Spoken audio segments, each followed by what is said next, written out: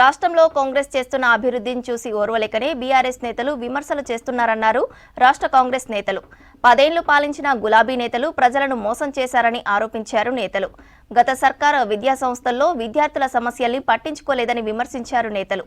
కానీ తాను విద్యా సంస్థలతో పాటు వసతి గృహాల్లో విద్యార్థులకు అన్ని వసతులు కల్పిస్తున్నామని అన్నారు నేతలు.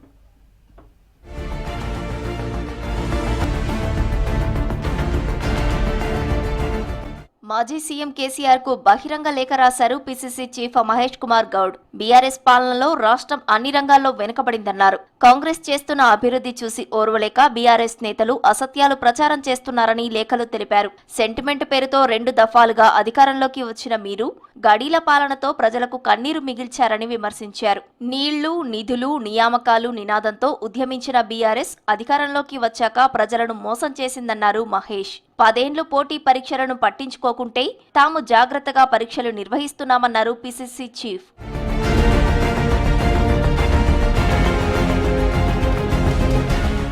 సూర్యాపేట జిల్లా కోదాడ మండలంలో పలు అభివృద్ధి కార్యక్రమాల్లో పాల్గొన్నారు ఎమ్మెల్యే ఉత్తమ్ పద్మావతి. గుడిబండలో పీఏసీఎస్ నిధులతో నిర్మించిన 4 షాపులతో పాటు కాపుగల్లులో 76 లక్షలతో నిర్మించిన పీఏసీఎస్ గోడౌన్ను ప్రారంభించారు. కాపుగల్లు పీడబ్ల్యూడీ రోడ్డు నుంచి గుడిబండ వరకు పీఆర్ రోడ్డుతో పాటు తొగర్రాయిలో గ్రామ పంచాయతీ భవనానికి శంకుస్థాపన చేశారు ఉత్తమ్ పద్మావతి.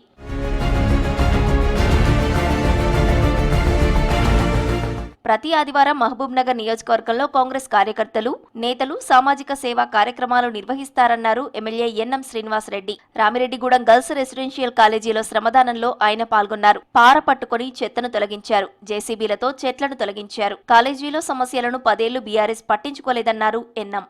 మా కార్యకర్తలందరం కూడా నాయకులు, ఎమ్మెల్యేతో సహా గ్రామాల్లో ఉన్న కార్యకర్త దాకా అందరం కూడా శ్రమదానం చేసి ఆ సమస్యను పరిష్కారం చేయాలి, ప్రజలకు సేవ చేయాలి. ఈ దృక్పథంతో మొట్టమొదటగా బీఈడీ కాలేజీలో ఆడపిల్లలకు టాయిలెట్స్ లేవని తెలిస్తే మేమందరం కూడా చందాలు వేసుకొని ఆ టాయిలెట్లు కట్టాం.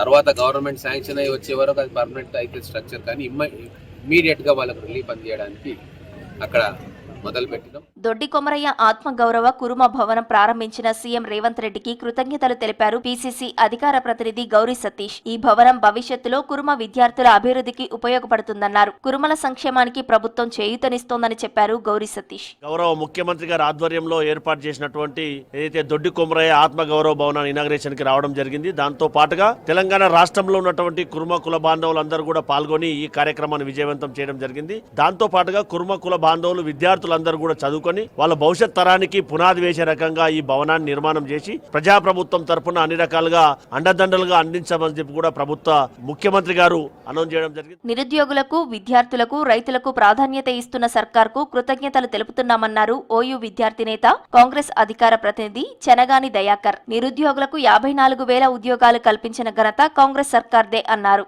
ఓయూ ఆర్ట్స్ కాలేజీ దగ్గర డిసెంబర్ 21న జరగనున్న సభకు విద్యార్థులు, మేధావులు అధిక సంఖ్యలో హాజరై విజయవంతం చేయాలని కోరారు. ప్రచారంలో భాగంగా ఓయూలో విద్యార్థులను కలిసి 2K వాక్ నిర్వహించారు దయాకర్.